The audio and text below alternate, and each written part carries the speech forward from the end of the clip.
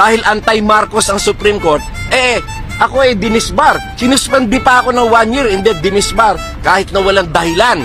Ngayon, si BP Inday Sara, nanuntok siya ng sinuntok niya yung sheriff na nag-i-implement lamang ng order of the court, who is he was performing his duty as a sheriff, pero sinuntok niya, and yet the Supreme Court did not bother to suspend her.